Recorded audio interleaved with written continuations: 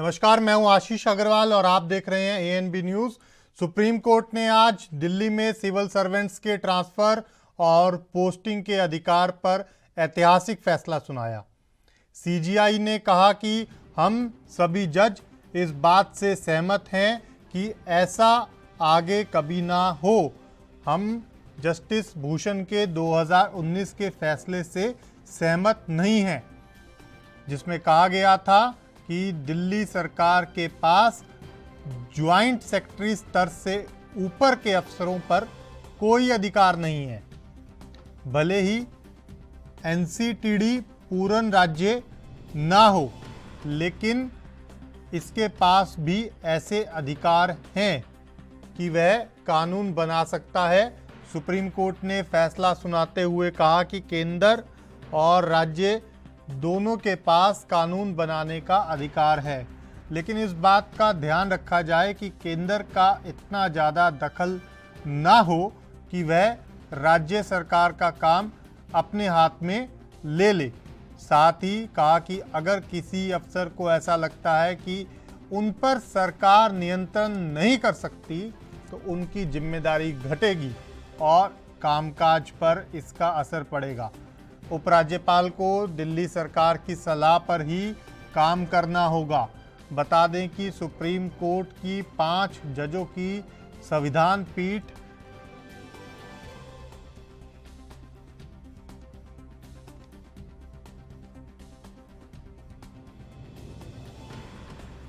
ने ये फैसला सुनाया। इससे सीधे तौर पर पहले कोर्ट ने 18 जनवरी को फैसला सुरक्षित रख लिया था। 5 जजों की संवैधानिक बेंच को यह मामला 6 मई 2022 को रेफर किया गया था। वहीं सुप्रीम कोर्ट ने उद्धव बनाम शिंदे का मामला सुप्रीम कोर्ट की बड़ी बेंच को ट्रांसफर करने की बात कही है।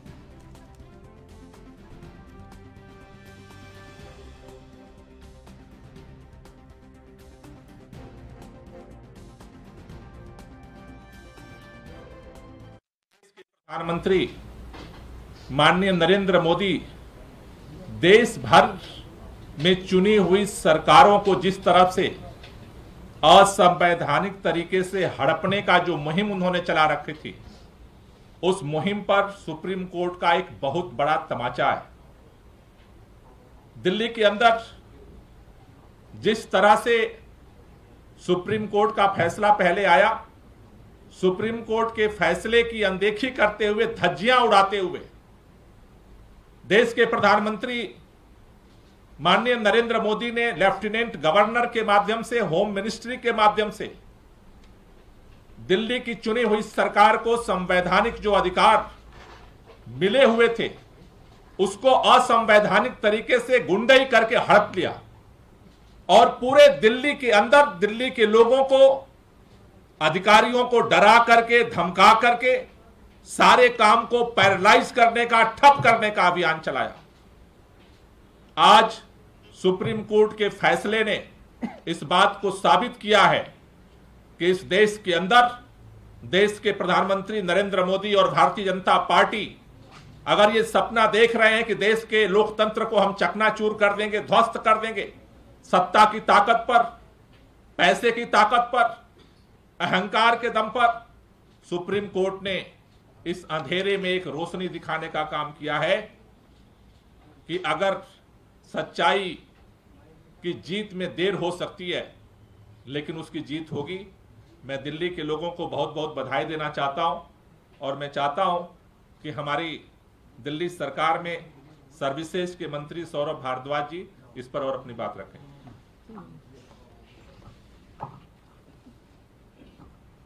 मुझे ऐसा लगता है कि आज करीब 9 साल लंबी दिल्ली के लोगों की लड़ाई, जो सन 2014 से दिल्ली के मुख्यमंत्री अरविंद केजरीवाल लड़ रहे थे, आज दिल्ली की जनता की वो लड़ाई दिल्ली की जनता जीत गई है। और मुझे लगता है कि आज अगर इस पूरी लड़ाई के अंदर एक बात स्थापित हुई है, तो वो ये बात है कि देश के अंदर एक इंस्टीट्यूशन ऐसा है, जब जब देश के ऊपर विपत्ति आएगी, जब जब देश के अंदर कॉन्स्टिट्यूशन को ताक पे रखा जाएगा, ये इंस्टीट्यूशन खड़ा होके देश के अंदर व्यवस्था को ठीक करेगा। वो इंस्टीट्यूशन है देश की न्यायपालिका, और देश की सबसे बड़ी न्यायपालिका माननीय उच्चतम न्यायालय सुप्रीम कोर्ट। आज सुप्रीम कोर्ट ने जो ऐतिहासिक फैसला दिया है, मुझे लगता है आज के माहौल में सदियों तक सुप्रीम कोर्ट के इस फैसले को याद रखा जाएगा। हम जब छोटे थे तो फिल्मों में देखते थे अमिताभ बच्चन पुलिस इंस्पेक्टर बनते थे, तो छोटे छोटे बच्चे हम सोचते थे नहीं बड़े होकर पुलिस इंस्पेक्टर बनना है, क्योंकि फिल्म में देखा हमने अमिताभ बच्चन फिल्म इंस्पेक्टर थे। बड़े हुए देखा किसी फिल्म में एक दूसरे अभिनेता डॉक्टर थे, तो लगा नहीं बड़े होकर डॉक्टर बनना है। और सब बच्चे छोटे छोटे जो उन फिल्मों को देखते थे कहते थे डॉक्टर बनना है। एक फिल्म में अभिनेता वकील बने, बच्चों को लगा नहीं नहीं काम तो वकील का होना चाहिए, इससे देश को बदला जा सकता है।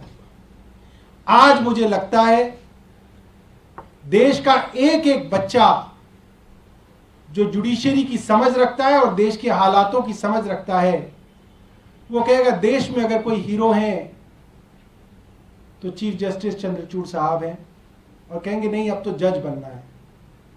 मुझे लगता है वो दिन दूर नहीं जब फिल्मों में जज की भूमिका के अंदर नायक नजर आएंगे। आज देश को एक बहुत बड़े नायक के रूप में चीफ जस्टिस चंद्रचूड़ जी मिले हैं, और मैं दिल्ली की जनता की तरफ से उनका बहुत बहुत धन्यवाद करूंगा। बेंच के अंदर जो पांचों न्यायाधीश हैं, उन पांचों न्यायाधीशों का हम लोग दिल्ली की जनता की तरफ से धन्यवाद करेंगे। मुझे लगता है आज दिल्ली की जनता सुप्रीम कोर्ट के आगे नतमस्तक है, और ये जो हक दिल्ली की जनता का केंद्र ने छीना था, वो हक आज वापस मिला है। और ये कहना गलत नहीं होगा कि केंद्र की मोदी सरकार को ये एक जबरदस्त तमाचा है, और उनको दिल्ली की जनता का हक चोरी करने के लिए, झूठ फरेब से लूटने के लिए आज एक बहुत करारी सजा मिली है। और मैं दोबारा से सुप्रीम कोर्ट का धन्यवाद करूंगा। पकड़ लेते हैं सर।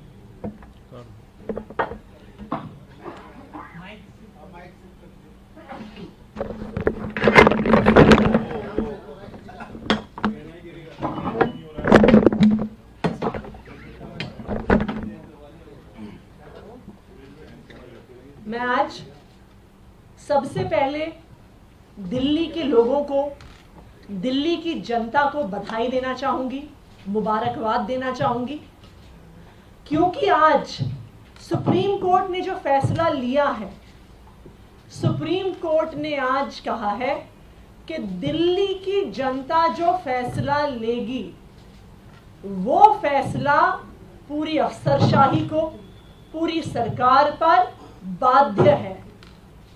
तो आज सबसे बड़ी जीत दिल्ली की जनता की हुई है, क्योंकि आज सुप्रीम कोर्ट ने लोकतंत्र के हित में, संविधान के हित में फैसला लिया। 2015 में दिल्ली की जनता ने अपना भरोसा अरविंद केजरीवाल जी पे दिखाया, एक तरफा भरोसा अरविंद केजरीवाल जी पे दिखाया। 70 में से 67 सीट उन्होंने आम आदमी पार्टी को दी, अरविंद केजरीवाल जी को दी। लेकिन भारतीय जनता पार्टी, प्रधानमंत्री नरेंद्र मोदी जी से यह सहन नहीं होता है कि कोई दूसरी पार्टी जीत जाए और उनकी पार्टी हार जाए। जहां जहां पर भारतीय जनता पार्टी हारती है, असंवैधानिक तरीके से सरकार को हड़पने की कोशिश की जाती है। चाहे वो ऑपरेशन लोटस हो, विधायकों की खरीद फरोख्त हो। आम आदमी पार्टी के जब विधायक नहीं खरीद पाए, सरकार नहीं तोड़ पाए, तो असंवैधानिक तरीकों से सरकार में ताकत हड़पने की कोशिश करी। और आज 8 साल की लंबी लड़ाई के बाद सुप्रीम कोर्ट ने एक बहुत स्पष्ट फैसला दिया है कि जिनको जनता चुन के भेजती है उनके फैसले ही दिल्ली में मान्य होंगे। तो जब जनता ने अरविंद केजरीवाल को चुन के भेजा है तो अरविंद केजरीवाल जी निर्णय लेंगे, दिल्ली की जनता के बिहाफ पर निर्णय लेंगे। तो आज मैं दिल्ली की जनता को बधाई देना चाहती हूं और मैं ऑनरेबल सुप्रीम कोर्ट को बहुत बहुत धन्यवाद कहना चाहती हूं दिल्ली की जनता की तरफ से कि आज सिर्फ उन्होंने एक फैसला नहीं दिया है, आज उच्चतम न्यायालय ने इस देश के संविधान को बचाया है, इस देश के लोकतंत्र को बचाया है। अगर एक चुनी हुई सरकार की ताकत छिन जाए तो जनता के वोट का कोई मतलब नहीं बचता, और यही मोदी सरकार ने करने की कोशिश करी। और आज सुप्रीम कोर्ट ने मोदी सरकार के मुंह पे एक तमाचा मारा है कि अगर आपने लोकतांत्रिक तरीके से चुनी हुई सरकार की पावर लेने की कोशिश करी तो सुप्रीम कोर्ट उसमें इंटरवीन करेगी, और सुप्रीम कोर्ट सत्य के साथ, लोकतंत्र के साथ और संविधान के साथ खड़ी रहेगी। Thank you.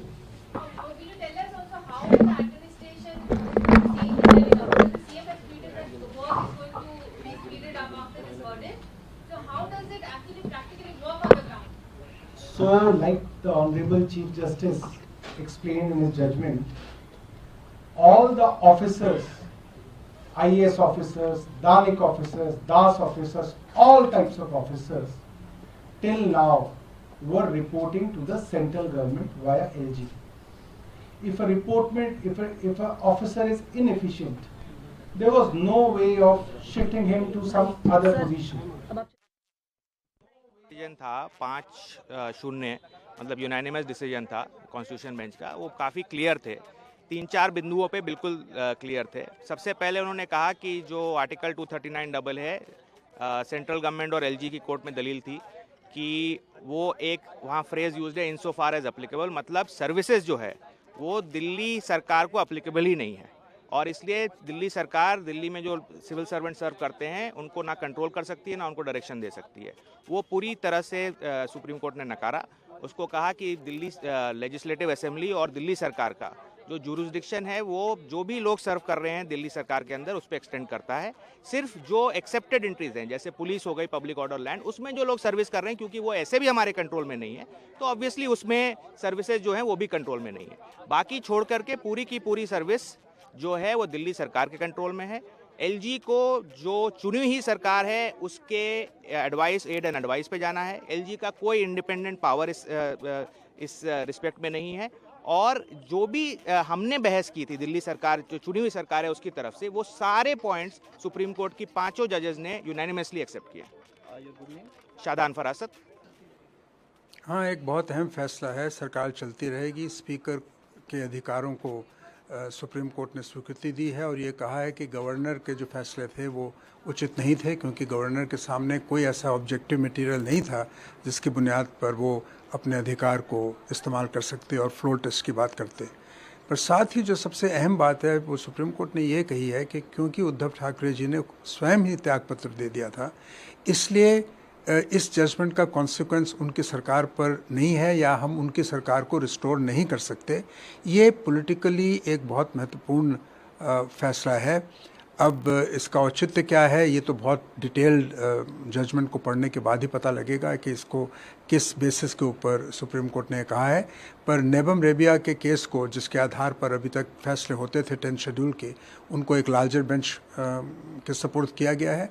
मैं मानता हूं कि बहुत विस्तृत जजमेंट दी है सुप्रीम कोर्ट ने, और इसका पूरी तरह अध्ययन करने पर ही पता लगेगा कि इसके आने वाले समय में पॉलिटिकल कॉन्सिक्वेंसेस क्या होंगे। पर एक बात साफ है कि हर मुद्दा जिसकी पॉलिटिकल अहमियत है किसी न किसी रूप में संवैधानिक मुद्दे का चोला पहनकर सुप्रीम कोर्ट पहुंचता है और सुप्रीम कोर्ट के फैसले पर ही देश की राजनीति आज चल रही है।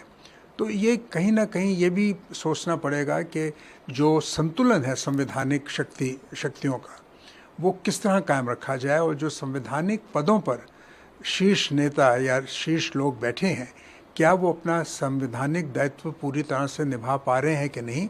ये एक अहम मैसेज है इस जजमेंट का, और मैं समझता हूँ कि इस जजमेंट का जो महत्व है इस जजमेंट से ऊपर उठ के देश को समझना होगा। सुप्रीम कोर्ट ने अपने फैसले में कहा है कि गवर्नर का जो दिशा निर्देश था वो संवैधानिक नहीं था। मैंने ये बात कह दी है अपने जवाब में कि उनका जो निर्देश था संवैधानिक नहीं था, क्योंकि उनके पास कोई तथ्य नहीं थे जिसकी बिना पर उद्धव सरकार को अपना बहुमत साबित करने का आदेश दिया जाए, और ये उनके अधिकार क्षेत्र में नहीं था। ये सुप्रीम कोर्ट ने कहा है अपने डॉक्यूमेंट्स के आधार पर। ऐसे है कि सुप्रीम कोर्ट का अगर आप निर्णय देखें तो हम खुश हैं कि देश में लोकतंत्र और न्याय व्यवस्था आज भी जिंदा है। संविधान मरा नहीं है या कोई संविधान की हत्या नहीं कर सकता। सत्ता आती है, सत्ता चली जाती है। सबसे पहले जो सुप्रीम कोर्ट ने कहा है कि जो शिंदे गुट का व्हीप है वही गैरकानूनी इलीगल है। उसका मतलब है वो लोगों ने जो व्हीप बजाया था वो गैरकानूनी है, और हमारा जो व्हीप था उसने जो आदेश दिया है वो कानूनी है। वो उस व्हीप के मुताबिक तो सब लोग अभी डिस्क्वालीफाई हो जाएंगे। विधानसभा अध्यक्ष के वो अधिकार है, ठीक है, लेकिन लीगल व्हीप कौन है? प्रभु है। ये सर्वोच्च न्यायालय ने कहा है, तो क्या विधानसभा के अध्यक्ष गैर कानूनी काम करेंगे? चलिए इन्हीं दोनों बड़े मुद्दों पर चर्चा की शुरुआत करेंगे। 3 खास मेहमान हमारे साथ जुड़ गए हैं, सीधा उन्हीं के पास चलेंगे और चर्चा की शुरुआत करेंगे। डॉक्टर इंदुकांत दीक्षित वरिष्ठ पत्रकार हमारे साथ जुड़ गए हैं, कैप्टन आई सिंह भदौरिया साहब भाजपा नेता, और मुकेश सिंह जी आप प्रवक्ता हमारे साथ जुड़ गए हैं। आप तीनों का बहुत स्वागत है। आज सबसे पहले मुकेश जी आपके पास आना चाहूँगा। आम आदमी पार्टी के लिए 9 साल बाद एक बड़ी राहत भरी खबर आज आई है। जी, आपके दर्शकों को नमस्कार जी। और सुप्रीम कोर्ट ने जो फैसला दिया है लोकतंत्र को मजबूत करने वाला फैसला दिया है जी। जिस तरह से पिछले 9 वर्षों से चुनी हुई सरकार को अपने अधिकारों के लिए लड़ना पड़ा, कहीं लोकतंत्र को जानबूझ के गिरवी रखने का प्रयास किया जा रहा था सत्ताधारी केंद्र सरकार द्वारा, जिसको सुप्रीम कोर्ट ने पूरी तरह से अपने फैसले से ये बता दिया है कि आप गलत कर रहे थे। आपको अधिकार नहीं है कि चुनी हुई सरकार फैसला न ले सके, चुनी हुई सरकार जनता के हित में काम न कर सके। दिल्ली में जब से आम आदमी पार्टी की सरकार बनी हुई है तब से भाजपा की छटपटाहट बढ़ी है। किसी भी तरीके से भाजपा उसको काम करने नहीं देना चाहती है। कहीं न कहीं जनता का अपमान हो रहा था, दिल्ली के जनता का अपमान हो रहा था। दिल्ली की जनता को भी बधाई है कि आज की जीत हुई है।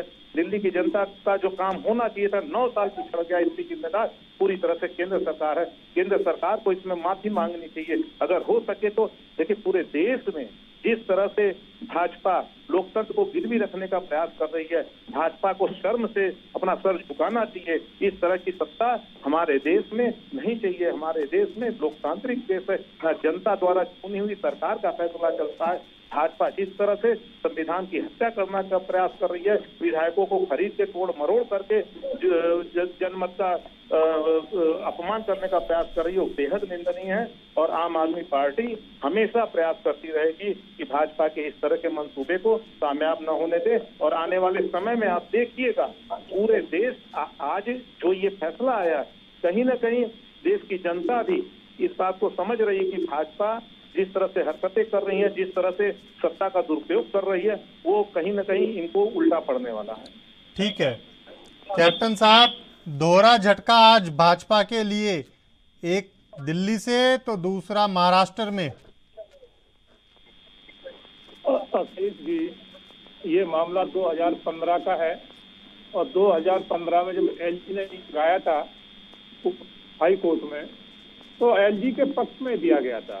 एलजी को कहा उस टाइम, एलजी के पक्ष में ये हाई कोर्ट ने फैसला दिया, निर्णय किया था जी कि एलजी के अधिकार बनते हैं क्योंकि दिल्ली को पूर्ण राज्य का दर्जा नहीं है।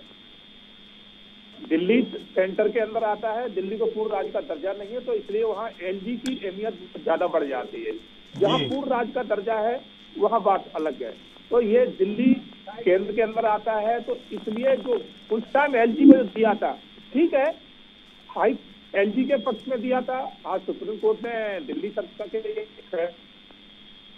आपको पता चलेगा कि इसमें क्या लिखा है उन्होंने भी कहते हैं ये हो गया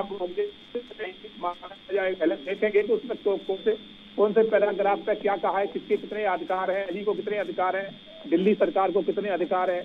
और एक चीज बताऊंगा, एक तो ये कहते हैं कि कोर्ट ने बहुत अच्छा किया,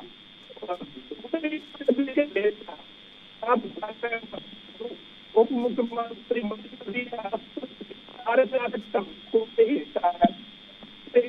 कि कोर्ट न्याय नहीं कर रहा है, तो इनका कितना चरित्र घटिया है इससे ही पता चल जाता है कि जहां इनके मतलब की बात हो जाए तो कोर्ट ने बहुत अच्छा किया है, बीजेपी पे थप्पड़ मारा है, और जब इनके हित में ना हो तो कोर्ट अच्छा नहीं है, सरकार अच्छी नहीं है।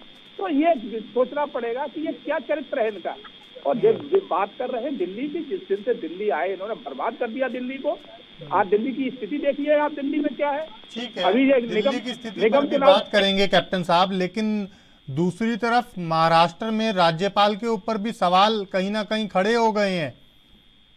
महाराष्ट्र की बात चर्चा उस टाइम बाद में करेंगे, अभी आप दिल्ली पे कर रहे हैं, दिल्ली की चर्चा कर लें। आपने पहले ही 1 घंटा जो है ना सिर्फ आम आदमी का चर्चा सुनाया है, वही सुन के हम रोज एक नेता उनका बंद होता था, दूसरा सुन करा देते, दूसरा आम आदमी का नहीं सुनाया, कोर्ट की प्रोसीडिंग बताई है। आप दोबारा सुन लीजिएगा रिकॉर्डिंग, कार्यक्रम को दोबारा सुन लीजिएगा रिकॉर्ड करके। तीन नेता उनके बोल रहे थे, मैं सुन रहा था। प्रेस कॉन्फ्रेंस चल रही थी, आप बीजेपी प्रेस कॉन्फ्रेंस करेगी तो वो भी दिखा देंगे। सौरभ भारद्वाज का सुनाया, तो ये डिबेट में थोड़ी सुनाए जाते, ये डिबेट का मुद्दा नहीं है। चलिए ये कैप्टन आई सिंह भदौरिया तय नहीं करेंगे कि डिबेट में क्या सुनाना है क्या नहीं सुनाना है। जो बीजेपी का पक्ष है वो आपको रखने का हम पूरा मौका दे रहे हैं जिम्मेदारी के साथ, वो आप उसको कहां तक रखना चाहते हैं ये आपका विवेक है, ये आपने तय करना है। हम दिल्ली और महाराष्ट्र दोनों के ऊपर आपसे, अगर आज सुप्रीम कोर्ट ने कोई फैसला ऐसा दिया है जो सीधे तौर पर शायद भाजपा को अच्छा नहीं लग रहा है, इसी वजह से कहीं ना कहीं एजेंडा सुनाएंगे, वो सुनने के लिए नहीं बैठे। एजेंडा पत्रकारिता नहीं करते हम लोग। नहीं आप भी लगातार एएनबी न्यूज पर जुड़ते हैं तो वो आप भी जानते हैं कि यहाँ पर किस तरह की डिबेट होती है, किस तरह की चर्चा होती है।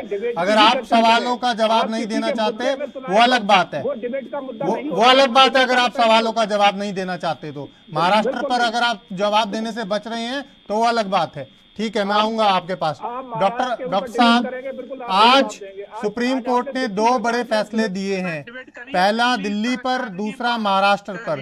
कैसे देखते हैं आप, कितना सियासी तौर पर इस पूरे दोनों फैसलों से बीजेपी को नफा या नुकसान, या जो बाकी के राजनीतिक दल हैं उनको नफा या नुकसान कैसे देखते हैं?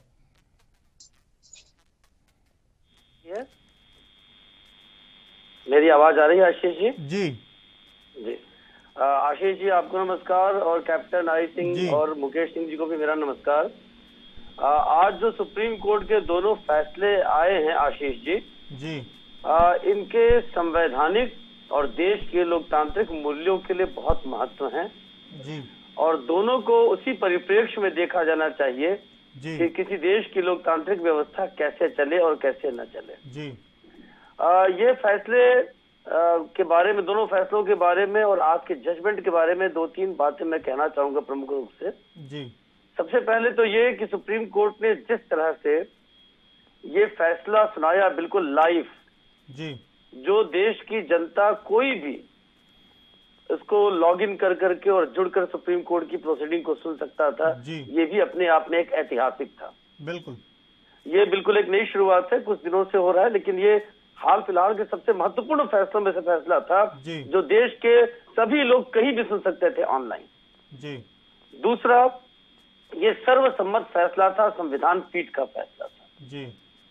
तीसरा, ये महाराष्ट्र में जो आपने सवाल उठाया, जो सबसे महत्वपूर्ण और दूरगामी प्रभाव वाला फैसला पूरे देश के लिए है जी।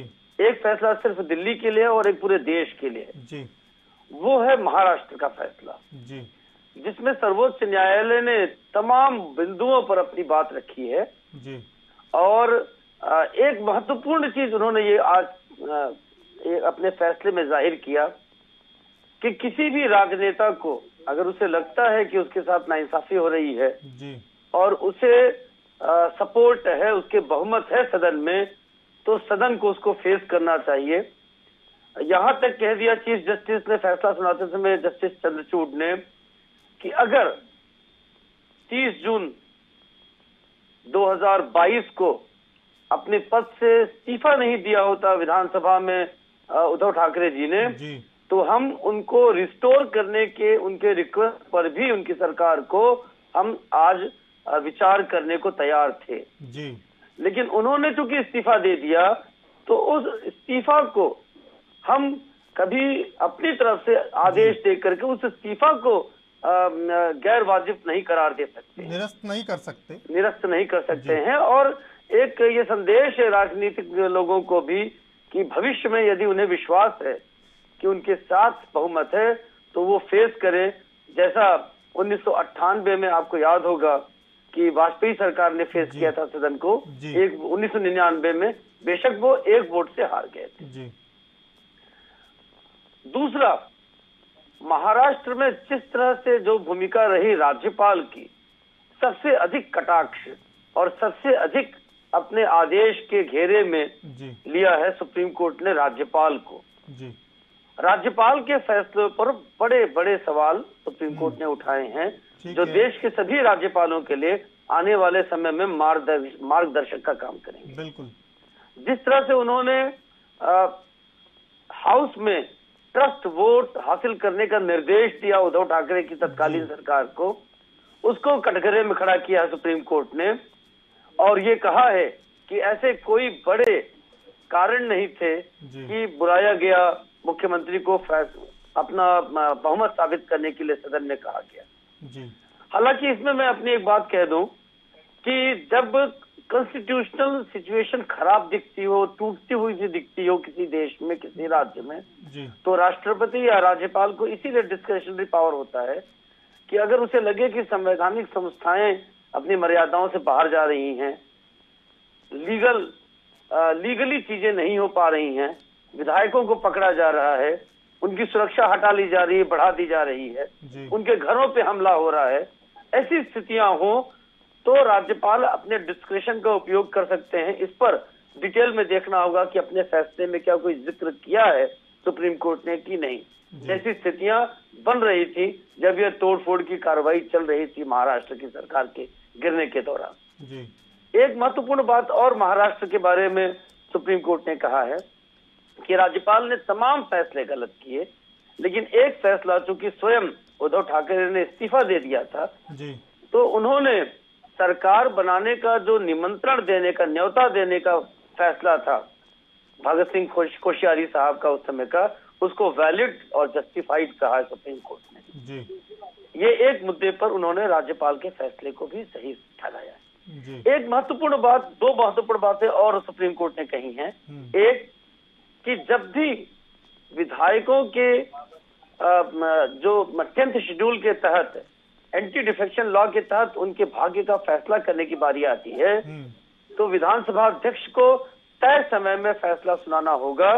इस तरह से नहीं कि जैसा लटकाते रहे, जैसा आप देखें झारखंड में पिछले 3 वर्षों से लटक रहा है कुछ लोगों का मामला। जो विधायक दल के नेता हैं भाजपा के बाबूलाल मरांडी, उनका मामला 3 साल से विधानसभा अध्यक्ष लटका रहे हैं किसी न किसी बहाने से। बिल्कुल। तो लेकिन अब ये सुप्रीम कोर्ट ने अभी ये स्पष्ट नहीं किया है, शायद फैसला देखने पर समझ में आएगा डिटेल में, कि वो तय समय सीमा क्या होगी। अगर कम से कम समय में करने की बात कही जाएगी तो फिर अपने डिस्क्रिशन का दुरुपयोग किया करेंगे विधानसभा अध्यक्ष। एक ये महत्वपूर्ण बात है। दूसरा एक बहुत महत्वपूर्ण फैसला है कि विधानसभा में जो व्हिप होगा किसी पार्टी का, वो कौन होगा, ये विधानसभा अध्यक्ष अपने डिस्क्रिशन से नहीं तय करेगा। वो पार्टी के अपॉइंटेड, जो पार्टी उस समय होगी वर्किंग, उसके अपॉइंटेड व्हिप को ही विधानसभा अध्यक्ष को मानना होगा। उस समय तत्कालीन विधानसभा अध्यक्ष ने जब बहुमत का परीक्षण होने जा रहा था एकनाथ शिंदे का, तो उन्होंने जिस तरह से एक नाथ शिंदे गुट के विप को शिवसेना का विप की मान्यता दी थी, उसको गलत और इलीगल ठहराया है आज सुप्रीम कोर्ट ने। जी। तो आज के फैसले से एक चीज मैं कह दूं कंक्लूसिव, कि एक तरह से सुप्रीम कोर्ट ने ये कह दिया है कि जो महाराष्ट्र की वर्तमान सरकार है वो बिल्कुल असंवैधानिक तौर पे, इलीगल तौर पे कंस्टिट्यूट की गई, और जो संविधान के दायरे थे उनके हिसाब से वहां पे चीजें तय न करते हुए इस सरकार को वहां पे बैठाया गया। सिर्फ इतनी राहत दिया है सुप्रीम कोर्ट ने कि उनका जो बहुमत परीक्षण हुआ अंततः, और जिस तरह से उनको आमंत्रित किया गया था वो उचित था। ऐसे में नैतिकता का तकाजा ये है कि इस सरकार को वास्तव में ये सोचना चाहिए कि सुप्रीम कोर्ट के फैसले के बाद उसे सत्ता में रहना चाहिए कि नहीं रहना चाहिए। अब दिल्ली सरकार के बारे में मैं कहना चाहूंगा कि जो फैसला सुप्रीम कोर्ट ने दिया है ये बहुत पहले तय हो जाना चाहिए था वास्तव में आशीष जी, कि जो अगर आपने कहीं राज्य सरकार का गठन किया, बेशक उसको सारे अधिकार नहीं देने की बात थी, सब चीजें थी, वो राज्य सरकार कैसी जो अपने सेक्रेटरी से अगर कोई मंत्री कहे कि तुम ये काम करो, वो कहेगा नहीं जी एलजी कहेगा तब करेंगे। अगर अपने अधिकारियों को आदेश देने की स्थिति में मंत्री ना हो तो फिर उस सरकार का काम करना ही बेईमानी है। फिर उससे जनता की अकाउंटेबिलिटी जो फिक्स होती है कि हम काम करवाना चाहते हैं लेकिन नहीं करवा पा रहे हैं, जनता तो कहेगी भाई हमने चुनकर सरकार में आपको बनाया था, आपको मुख्यमंत्री बनाया था, आपको मंत्री बनाया था। अब आप जनता को कैसे समझाएंगे और कितने लोग समझ पाएंगे कि जी एलजी ने इस अधिकारी को यहाँ से वहां कर दिया, ये अधिकारी को काम नहीं करने दिया एलजी ने, ये होम मिनिस्ट्री ने गड़बड़ कर दिया। तो जनता 5 साल बाद तो पूछेगी अपने चुने हुए प्रतिनिधियों से कि हमने तो आपको चुना था ये बहानेबाजी करने के लिए नहीं। इसलिए आज का जो फैसला हुआ है कि जितने भी अधिकारी मातहत हैं दिल्ली सरकार के, उनकी ट्रांसफर पोस्टिंग और उनकी रिपोर्टिंग पूरी तरह से वो दिल्ली सरकार को होगी एक, और जो चुनी हुई सरकार है उसके जो फैसले होंगे उसके मंत्रिमंडल के, उसको मानना होगा एलजी को। ये दोनों बहुत ऐतिहासिक और बड़े फैसले हैं।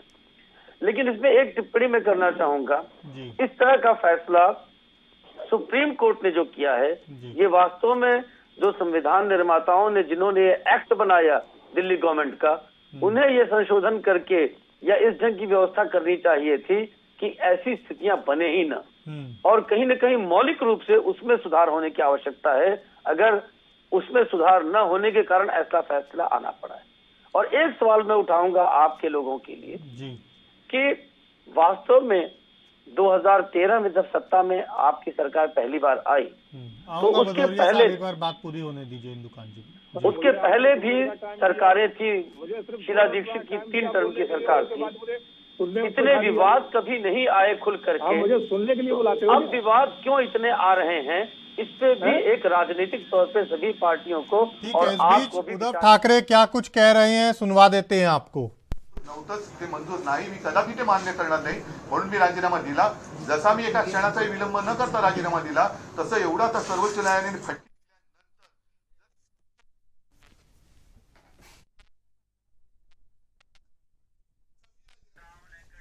ठीक है, वापस मेहमानों के पास चलेंगे और चर्चा को आगे बढ़ाएंगे। लगातार आज सुप्रीम कोर्ट ने 2 बड़े फैसले दिए हैं जिससे कहीं ना कहीं देश की सियासत पर भी बड़ा असर पड़ेगा। डॉक्टर साहब, आपका जो कमेंट था मैं चाहूंगा आप कंप्लीट कीजिए जल्दी से। जी, मेरी बात पूरी हो गई। मैंने ये कहा कि अंतिम एक राजनीतिक सवाल मैं छोड़ना चाहता हूं आपके नेताओं के लिए कि जब 15 साल की शीला दीक्षित की सरकार चल रही थी, उस समय वाजपेयी की सरकार भी थी, तो उस दौरान इस ढंग की स्थितियां नहीं आई जैसी स्थितियां आपकी सरकार 2013 में गठित होने के बाद से हुई हैं। तो इस तरह की राजनीतिक उथल पुथल इसी संवैधानिक व्यवस्था में पहले नहीं थी और अब है। इस पे भी विचार करना होगा सभी राजनीतिक दलों को, आपको भी और साथ में भाजपा की जो वर्तमान केंद्र सरकार है उसको भी, कि इस तरह की स्थितियां, इतनी खींचतान की स्थितियां आखिर अब क्यों। ठीक है, मैं जवाब लूंगा मुकेश जी से इसका, लेकिन उससे पहले कैप्टन साहब कुछ कहना चाह रहे हैं। कैप्टन साहब। मैं आशीष जी यही कहना चाहूंगा कि जिस तरह से दिल्ली सरकार है, दिल्ली सरकार पूर्ण राज्य का दर्जा नहीं है, तो यहाँ एलजी के अधिकार बनते हैं और दिल्ली में बहुत से डिपार्टमेंट ऐसे हैं जो केंद्र के अंदर आते हैं वो दिल्ली सरकार के अंदर नहीं आते, तो उन पे हस्तक्षेप केंद्र के अलावा दिल्ली सरकार तो कर नहीं सकती है। अगर उनका कहीं ट्रांसफर करना है, उनको स्थानांतरण करना है, तो कौन करेगा? दिल्ली सरकार तो नहीं करेगी, वो तो एलजी के अंदर आता है, तो एलजी तो उसमें करेंगे। तो ये बिल्कुल नहीं कह सकते हैं कि एलजी का वहाँ कोई अधिकार नहीं बनता है। एलजी का जहाँ केंद्र शासित प्रदेश है वहाँ दिल्ली पूरा अधिकार बनता है एलजी का, तो ये गलत होगा कहना। नहीं, तो क्या आप ये कहना चाह रहे हैं कि सुप्रीम कोर्ट ने गलत फैसला दिया है? मैं ये नहीं कह रहा हूँ कि गलत दिया है कि सही दिया है, मगर मैं जो जिसके अधिकार है मैं वो बता रहा हूँ। आप यही तो कह रहे हैं ना कैप्टन साहब कि एलजी साहब का अधिकार बनता है और कहीं ना कहीं उनके अधिकार को पूर्ण तौर पर समाप्त नहीं किया जा सकता। एक बताइए आशीष जी, जब दिल्ली में अबकारी एक्ट निधि जो एक्ट है उसको इन्होंने जिस तरह से बदला, साइन कराए एलजी के जो पहले से पूर्व से थी, और उसको बदल के इन्होंने पूरी प्राइवेट बना दी, जबकि अबकारी जो है वो पूरा एक सरकार इस तरह से बनाती जिससे आम जनता को उसका लाभ मिले, लोगों को लाभ मिले, मगर इन्होंने उठा के उसको प्राइवेटाइजेशन कर दिया। अबकारी नीति का एक ही तरीका है कि आप L1, L2, L3 नहीं कर सकते। तस्वीर को समझिए ना। अब मेरी पहले पूरी बात सुन ले, मैं बड़ी देर से सुन रहा था, पूरी बात सुन ले। अबकारी एक्ट कहता है कि अबकारी एक्ट में जो निर्माता शराब का है वो होलसेलर नहीं बन सकता, और जो होलसेलर है वो रिटेलर नहीं बन सकता। और केजरीवाल ने क्या किया, ये तीनों एक ही बना दिए। तो ये इन्होंने यहाँ पर पूरा जो एक अबकारी एक्ट का जो नियम है उसको पूरा खत्म कर दिया, और सीधा एकदम बढ़ा के इन्होंने 2% से 10% कमीशन कर दिया। भाई इनको किसने अधिकार दे दिया कि आप 2% कमीशन से आप रिटेलर को और होलसेलर को 12% कमीशन दे दो? ये बीच का 10% कमीशन कहाँ दे रहे थे, कहाँ जा रहा था, किसकी जेब में जा रहा था? कोरोना काल का बहाना करके इन्होंने सीधे सीधे 105 करोड़ रुपए जो है ना इन्होंने वापस कहा, हमने वापस कर दिए। क्या मालूम तुमने वापस किए कि अपनी जेब में डाले? तो ये मेन मकसद यही था। ये चाहते हैं कि दिल्ली का पूरा हमारे हाथ में आ जाए और हम दिल्ली को लूटें। जिस तरह से केजरीवाल का जो शीश महल बना है, जनता का चुना हुआ 105 करोड़ रुपए एनुग्रेशन में लगा डाला। केजरीवाल जी जब आप नेता बन के आए थे तो आप कह रहे थे मुकेश सिंह से जवाब ले लेते हैं। नहीं, आप मेरी बात सुन, जवाब बाद में। जब ये आए थे राजनीति में क्या कहा था, हम कोई सरकारी सुविधा नहीं लेंगे, हम राजनीति से भ्रष्टाचार खत्म करेंगे, हम लोकपाल बिल लेके आएंगे, हम ना गाड़ी लेंगे ना बंगला लेंगे, कुछ नहीं लेंगे। आज इनके बंगले की रेनोवेशन में 105 करोड़ जनता का लगा दिया। और जब उसके लिए पूछा जा रहा है तो एक रिपोर्टर को इन्होंने कहाँ गिरफ्तार कराया? पंजाब में।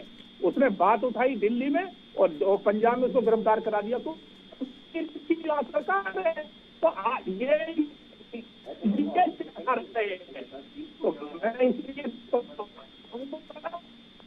मेरी बात पूरी है।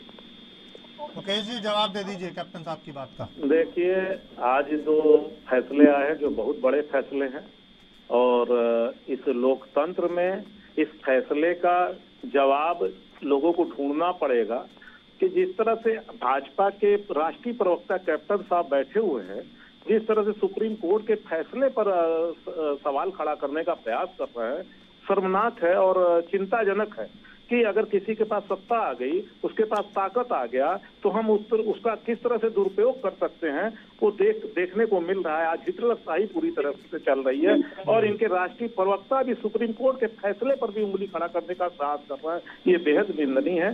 जहां तक महाराष्ट्र की बात है, महाराष्ट्र में भी जो फैसला हुआ है, कहीं ना कहीं उद्धव जी से गलती जरूर हुई कि उन्होंने इस्तीफा दे दिया, लेकिन कहीं ना कहीं राज्यपाल को कटघरे में खड़ा किया गया। आज ये सोचने का विषय है कि जिस तरह से राज्यपाल एक संवैधानिक पद पर होता है, निष्पक्ष होता है, लेकिन व्यक्ति एक विशेष पार्टी का एजेंट के तौर पर काम कर रहा है, कहीं ना कहीं ये राजनीति का बहुत बड़ा गिराव है। इसको रोक लगाने की जरूरत है। उसका सुप्रीम कोर्ट काम कर रहा है तो भाजपा के लोगों को छटपटाहट हो रही है। ये अनैतिक काम कर रहे हैं, ये चाहते हैं कि सुप्रीम कोर्ट या अनैतिक काम में इनका साथ दे। ये बेहद शर्मनाक है। और मैं आपसे बता देना चाहता हूं, जिस तरह इन्होंने शराब के मुद्दों की बात की, शराब के मुद्दे पर आज तक एक भी सबूत सीबीआई ने, ईडी ने कोर्ट में पेश नहीं किया। 14 के 14 मोबाइल की बात, जेल में बंद है और बड़ा चाहिए। देखिए मैंने आपके बीच में देखिए कैप्टन साहब इस तरह से डिबेट नहीं, मैं आपकी बात मैं कुछ भी नहीं बोल रहा था। मैं आपके बीच में नहीं, मैं बीच में बिल्कुल नहीं बोलूंगा, मैं सिर्फ याद दिला रहा हूँ। नहीं, याद मत दिलाइए, मुझे सब कुछ याद है, मैं बता रहा हूँ। तो 14 बहाने करके ईडी और सीबीआई कोर्ट में जाती है और कहती है कि सबूत मिटाने का प्रयास करते हैं, ये फोन नष्ट करते हैं, जबकि पता चलता है कि 5 फोन इनके पास है, ईडी और सीबीआई के पास, और बाकी जितने फोन है सब कार्यरत हैं। तो किसी न किसी तरीके से इनको गिरफ्तार करके रखने के लिए, इनको प्रताड़ित करने के लिए प्रयास कर रहे हैं ईडी और सीबीआई। और तय बात है कि आप देखिएगा जो जिस तरह से परतें खुल रही हैं, इनका काला चिट्ठा सब सामने आ जाएगा, लोगों को जमानतें भी मिल रही हैं। तो कहीं निश्चित तौर पे जो चीजें आज चल रही हैं, आज इस पर मुहर सुप्रीम कोर्ट ने भी लगा दिया कि जिस तरह से दिल्ली में और महाराष्ट्र में राज्यपाल और उपराज्यपाल के माध्यम से ये गलत हरकतें कर रहे थे, संविधान की हत्या कर रहे थे, उस पर हम अंकुश लगाने का काम करते हैं। और जनता द्वारा चुनी हुई सरकार को फैसले लेने का हक है, इसको ये पूरी तरह से नेस्तनाबूद करने के प्रयास में है। लेकिन सलाम है सुप्रीम कोर्ट के फैसले को, जो इन्होंने कहा कि जब फैसले इनके पक्ष में आते हैं तो सलाम करते हैं, फैसले इनके पक्ष में नहीं तो सवाल उठाते हैं। हम लोग आम आदमी पार्टी के लोग संविधान का शपथ लेकर हमेशा काम करने वाले लोग हैं, हम लोग सच के मार्ग पर चलने वाले लोग हैं, कट्टर ईमानदार लोग हैं। हम लोग हमेशा कोर्ट के साथ खड़े हुए हैं, कभी भी कोर्ट के फैसले के खिलाफ हम लोग बात नहीं करते। मुकेश जी, आऊंगा मैं आपके पास। डॉक्टर साहब, कहीं ना कहीं कैप्टन साहब ये कह रहे हैं कि एलजी साहब की जो सीमा है काम करने की, उसको आप पूर्ण तौर पर ख़त्म नहीं कर सकते, उनके अधिकारों को पूर्ण तौर पर ख़त्म नहीं किया जा सकता, क्योंकि वो लेफ्टिनेंट गवर्नर हैं दिल्ली के, तो ऐसे में उनके भी अपने अधिकार हैं। इसको लेकर और आज जो दिल्ली पर फैसला आया है सुप्रीम कोर्ट का, कैसे आप इन दोनों बातों को देखते हैं? एक और दूसरा, अभी जो मुकेश जी ने कहा कि महाराष्ट्र जैसे फैसलों से कहीं ना कहीं राजनीति का स्तर बहुत नीचे गिर गया है, सीधे तौर पर राज्यपाल के फैसलों पर सवाल खड़े हो गए हैं और राज्यपाल के फैसलों से ही स्तर नीचे गिर रहा है, क्या कहेंगे आप? आशीष जी, देखिए, देश में पूरी राजनीति का स्तर ही नीचे गिर रहा है जी। तो इसलिए केवल एक राज्यपाल के फैसले की बात पे हम इस चीज को लेकर चलें तो माना जाएगा कि ये एक तरफा बात कर रहे हैं जी। जिस तरह की राजनीति आज हो रही है कि प्रधानमंत्री को, चुने गए मुख्यमंत्री को लोग सड़कों पे गालियां दे रहे हैं, तो ये राजनीति का स्तर कभी आपने आजादी के समय या शुरुआती 30-40 साल जो लोकतंत्र के चल रहे थे, हालांकि एक पार्टी की सत्ता थी एक तरह से कांग्रेस की, तो उस समय में या संविधान निर्माताओं ने शायद ऐसी कभी परिकल्पना नहीं की होगी जी। राज्यपाल और जो राज्यपाल जैसे एलजी हैं दिल्ली में जी। इन संस्थाओं में जो लोग बैठते हैं उनको अपॉइंट करने का देश की आजादी के बाद से ही कोई पैरामीटर प्रॉपर नहीं तय हुआ। उसका परिणाम क्या हुआ कि वो केंद्र सरकार के एजेंट के तौर पर न काम करके, ये सिर्फ अभी नहीं आजादी के बाद से ही है स्थितियां, वो लगातार जो केंद्र में सत्ता में पार्टी होती है उसके एजेंट के तौर पे काम करते हैं। और क्यों न करें, जब आप एक समय के किसी पार्टी के प्रदेश अध्यक्ष, राष्ट्रीय अध्यक्ष, उसके कभी केंद्रीय मंत्री रहे व्यक्ति को आप राज्यपाल बनाएंगे तो आप कहेंगे वो बिल्कुल ऑब्जेक्टिवली, बिल्कुल निष्पक्ष भाव से काम करे, ये लगभग असंभव है। बिल्कुल। वैसे भी जो कोई एक इंसान, उसकी फितरत होती है कि वो फिजिक्स की प्रिंसिपल की तरह, किसी मटेरियल की तरह, निर्जीव व्यक्ति की तरह ऑब्जेक्टिवली काम करे, यह असंभव है। सबसे ज्यादा वैसे भी उस उम्र तक आते आते जो आपकी विचारधारा बन चुकी होती है उसको भी नहीं आप बदल सकते। ये भी है, लेकिन उसके बाद देखिए ये तो लागू होता है इवन जजेस के बारे में जी। आप हाई कोर्ट में जो जजेस जुडिशरी साइड से आते हैं प्रमोट होकर के सेशन कोर्ट से, वो तो ठीक से शुरू से जुडिशियल सर्विसेज में है, लेकिन जो हाई कोर्ट में प्रैक्टिस करते हुए लोग अपॉइंट होते हैं, सुप्रीम कोर्ट में डायरेक्ट आते हैं अपने प्रैक्टिसेस के बेसिस पर, क्या आप मानते हैं कि उनकी कोई अपनी पॉलिटिकल थिंकिंग, थॉट प्रोसेस नहीं होगा जी। उनके एलियनेशंस और इंक्लिनेशंस नहीं होंगे। और ये देखने में भी आया है, आपने देखा था किस तरह से इसी देश में सुप्रीम कोर्ट के 4 जजेस ने प्रेस कॉन्फ्रेंस कर ली थी अपनी बातें रखने के लिए। ऐसा देश के आजाद देश के इतिहास में कभी नहीं हुआ। और ठीक कह रहे थे कैप्टन आई सिंह जी कि जब ये कोर्ट्स सत्येंद्र जैन जी को या मनीष सिसोदिया जी को कोई राहत नहीं देता है, तो इसी देश में और तमाम मामलों में कांग्रेस के नेताओं को राहत नहीं मिलता है। तो आपको याद होगा कि किस तरह से राहुल गांधी जी ने अपनी यूरोप की यात्रा में क्या कहा था कि कई मामलों में, ऐसे मामलों में हमको समन किया गया है, मैं कोट कर रहा हूं उनको, जो मामले ही हमारे खिलाफ नहीं फाइल होने चाहिए थे। अब ये डिसाइड करेगा जो वास्तव में डिफेंडेंट है, वही डिसाइड करेगा कि उसके खिलाफ मामला दर्ज कौन सा होना चाहिए, कौन सा नहीं होना चाहिए। तो जुडिशरी को इस रूप में कांग्रेस के नेता चाहते हैं, राहुल गांधी। उन्होंने यहां तक कहा यूरोप में कि कई ऐसे मामलों में कोर्ट के चक्कर हमें लगाने पड़ रहे हैं जो मामले बनते ही नहीं मेरे खिलाफ। ये क्या वो तय करेंगे या जुडिशरी तय करेगी?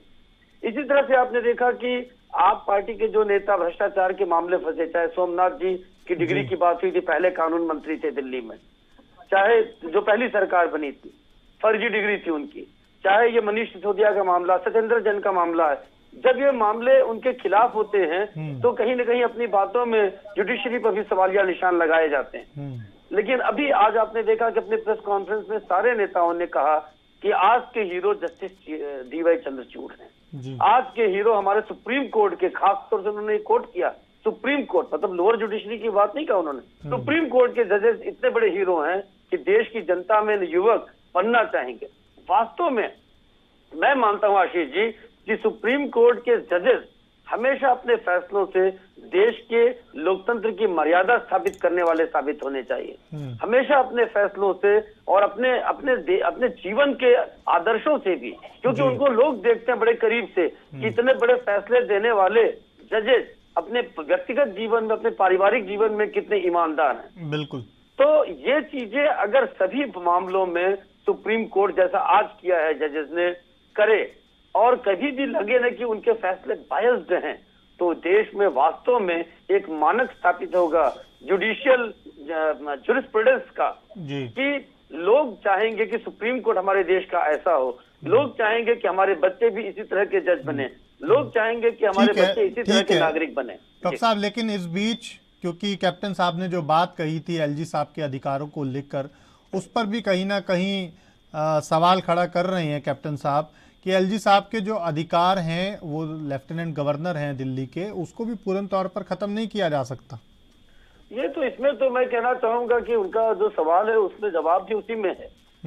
एलजी साहब के फैसले को के दायरे को जो डिफरेंट स्टेट्स के गवर्नर हैं उस दायरे तक सीमित कर दिया है सुप्रीम कोर्ट ने। आप जानते हैं कि कोई भी फैसले किसी राज्य में जब किए जाते हैं और अगर राज्यपाल को लगता है, इवन विधानसभा से पारित कोई अधिनियम भी उनके पास आता है और लगता है कि अवैध है या गड़बड़ी है, तो लौटाने का अधिकार है राज्यपाल को, वो लौटा देते हैं। और उसके बाद एक बहुत बड़ा अधिकार है राज्यपाल के पास कि उन फैसलों पर वो बैठ जाते हैं। कई बार कोर्ट ने ऑब्जर्वेशन दिया कि जल्दी से जल्दी फैसला किया जाए, लेकिन कभी भी कोर्ट ने बाउंड ठीक है, मैं आऊंगा डॉक्टर साहब। इस बीच देवेंद्र फडणवीस क्या कह रहे हैं सुनवा देते हैं। अतिशय चांगला कार्यक्रम झाला। महिलांकरता सावली अशा प्रकारचं एक इमारत जी निर्माण झाली आहे, याच्यामध्ये सायबर क्राईमच्या संदर्भातली सायबर लॅब,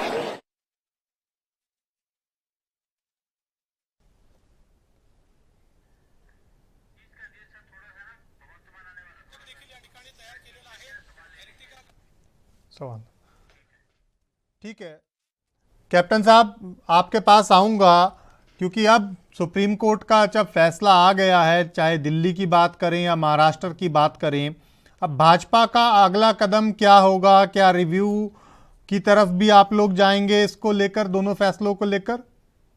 बिल्कुल, अगर ऐसा लगता है कि इसमें कहीं ना कहीं अगर राज्यपाल के अधिकारों का हनन हो रहा है तो कानून सरकार बनाता है, सुप्रीम कोर्ट कानून नहीं बनाता है। सुप्रीम कोर्ट को कानून बना के दिए जाते हैं कि आप इनका पालन कराइए। अगर सुप्रीम कोर्ट आजकल लगता है कि खुद ही सरपंच बन गया है, रात को 12 बजे कोर्ट खोल के बैठ जाता है, जहां उसको जरूरत है यहाँ नहीं खोलना चाहिए वहां खोल के बैठ जाता है, तो राज्यपाल की भी जरूरत ही कहाँ रह जाएगी जब वो उसके अधिकार खत्म कर देंगे। राज्यपाल हर स्टेट में उतनी ही अहमियत रखता है जितनी एक मुख्यमंत्री रखता है। अगर सरकार ठीक से काम नहीं कर रही है तो राज्यपाल को पूर्ण अधिकार है कि वहां पर सरकार को भंग करके और राष्ट्रपति शासन की अनुशंसा करे। तो ये शायद सुप्रीम कोर्ट भूल गया होगा कि राज्यपाल के अपने अधिकार हैं, उसके अधिकार को सुप्रीम कोर्ट कैसे खत्म कर सकता है। तो ये इसके ऊपर बिल्कुल अगर जरूरत पड़ी तो इसको रिव्यू पे जाना पड़ेगा, क्योंकि सुप्रीम कोर्ट को बिल्कुल अधिकार नहीं है, क्योंकि न्यायपालिका को अपने अधिकार है। और राज्यपाल एक राष्ट्रपति का अनुयायी होता है। राज्यपाल कोई बीजेपी पार्टी का कोई नेता नहीं है, बीजेपी पार्टी का कोई अधिकारी नहीं है, ये राष्ट्रपति का अनुयायी होता है राज्यपाल। तो आप इसका मतलब राज्यपाल के अधिकार खत्म करके आप राष्ट्रपति का अधिकार खत्म कर रहे हैं। यह सुप्रीम कोर्ट को किसने अधिकार दे दिया? ठीक है, सुप्रीम कोर्ट सर्वोच्च न्यायपालिका है, उसके अपने अधिकार है, मगर ये अधिकार किसी ने नहीं दिया कि आप राष्ट्रपति के अधिकारों को खत्म करने लग जाए। तो बिल्कुल इसमें जरूर पड़ी तो रिव्यू पर जाना पड़ेगा। ठीक है, मुकेश सिंह जी आपका फाइनल कमेंट। देखिए, कैप्टन साहब के बातों से लग रहा था कि सत्ता के मद में जब लोग चूर हो जाते हैं तो किस तरह की बातें करते हैं। सुप्रीम कोर्ट के अधिकारों पर ये चुनौती दे रहे हैं और ये बता रहे हैं कि सुप्रीम कोर्ट 12 बजे खुल जाता है, अगर सुप्रीम कोर्ट को जरूरत पड़ेगी तो 24 घंटा बैठता सुप्रीम कोर्ट। ये इस तरह की बातें कर रहे हैं तो आश्चर्य होता है कि किस तरह की व्यवस्था को कायम रखना चाहते हैं इस देश में। रही राज्यपाल की बात, अभी एक अच्छी बात तो डॉक्टर साहब कह रहे थे, आप कह रहे थे हाफिज जी, कि राज्यपाल अगर किसी पार्टी विशेष का होता है तो है कि उसी विचारधारा से प्रभावित होता है। तो इसी व्यवस्था को बदलने की जरूरत अब जान पड़ती है। हमारे यहाँ विद्वानों की कमी नहीं है, हमारे यहाँ बुद्धिजीवियों की कमी नहीं है। हम राजनीतिक दलों को इस तरह की ताकत क्यों दे देते हैं कि जनतंत्र का वो अपमान करते हैं, जनता के अधिकारों को लूटने का काम करते हैं। इस तरह की हरकतें अब बंद होनी चाहिए। अब समय आ गया, लोग जागरूक हो रहे हैं। अब इस तरह का सवाल उठ रहा है कि जिस तरीके से बहुमत अगर 40% वोट पड़ता है उसमें 60% लोग अपने घर पे बैठे रहते हैं, वोट नहीं डालने जाते हैं, उस पर भी बहुमत मान लिया जाता है। इस पर भी सवाल होना चाहिए। अब तो सवाल ये भी होना चाहिए कि क्या दिल्ली में गृह मंत्रालय दिल्ली सरकार को मिलना चाहिए कि नहीं मिलना चाहिए, क्योंकि चुनी हुई सरकार को कानून व्यवस्था भी देखने का अधिकार होता है, क्योंकि सवाल खड़े होते हैं। जनता सवाल करती है कि आपके राज्य में इस तरह की बातें हो गई, आप क्या कर रहे हैं। तो इन सब सवालों को लेकर छोड़ के मैं आपके बीच में जाना चाहता हूं और मैं चाहता हूं कि आगे जो सवाल उठे देश पर एक बहुत शुक्रिया आप सभी का हमारे साथ चर्चा में जुड़ने के लिए। तो अभी के लिए मेरे साथ इतना ही। आप देखते रहिए ANB न्यूज़। नमस्कार।